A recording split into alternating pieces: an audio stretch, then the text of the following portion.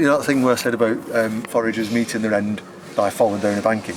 I was on this ridiculously steep banking, rocks hanging out. I'm hanging onto a tree root and there's gone down this rock face and there's about a 20-foot drop onto rocks below me with a stream, and I just kind of peered round these rocks, and on the other side was another guy and we were both after the same mushroom, and I was like, oh hello. I says, oh, you have to buy mushrooms? Anyway, I had a bit of a laugh. Talked about Mushroom Spotters, the group, and he was like, he says, oh, you're Colin Unsworth, and he says, oh, I'm such a... He's on my friends list on Facebook. I was like, oh, nice to meet you.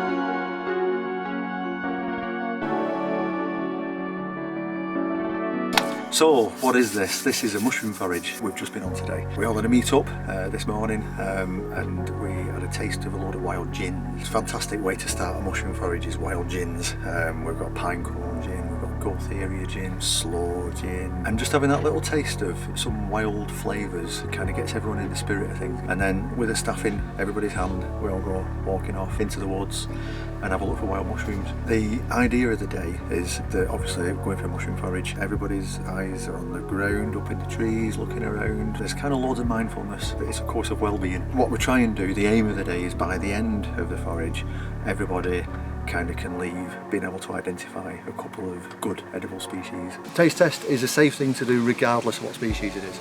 Any mushroom, including the deadlies, can be taste tested. And what you do is you spit it all out. So even a deadly mushroom, you can put it in your mouth and chew it off and get the flavours. Even if you swallow your juices, you're alright. You've got to ingest the flesh for it to affect you. It's a dead man's finger or a dead mole's finger. This is dead mole, this one. Should be nice and white inside, then you know it's fresh. What you do is you slice them quite thinly and you put them in a pan and then add some oil and some pepper. It's a bit like, I call it a beer snack.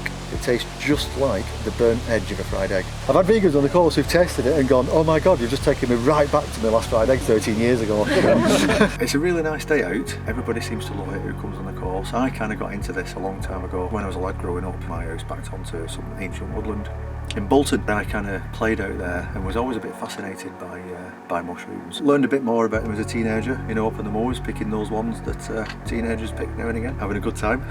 And that kind of gets your interest going a bit more, and your fascination. You think, wow, what is this? What are these mushrooms? Just a minefield. And you think, how will I ever get to a point where I can identify just one species of mushroom? We're living in a good age for getting into something like this and being able to find out all the information you want to find out with, you know, courses like this going on, social media, groups, people, there's hive minds of information, people help each other. When we are looking at mushrooms, what you've got to do is you've got to be able to hone in to the identification details. You look at a mushroom and you look around it and you think, oh, it's got such a thing. Oh, and that. Oh, that tunes me into, oh, right. And then before you know it, you're ticking off a list. So these are in a very strange category of edible and poisonous, and it depends what you eat them with. If I was to have a meal and I was to put them in the meal and I don't consume any alcohol, and I've not consumed any alcohol for the last 3 days, and I'm not going to consume any alcohol for the next 3 days, they're edible and they're fine. If I put alcohol anywhere near them in my system, then it poisons me.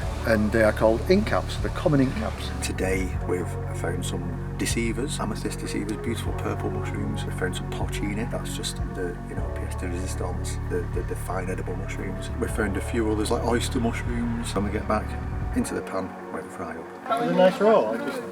Yes, they are nice raw, they're really nice raw, yeah. I think we've got 8 species in there.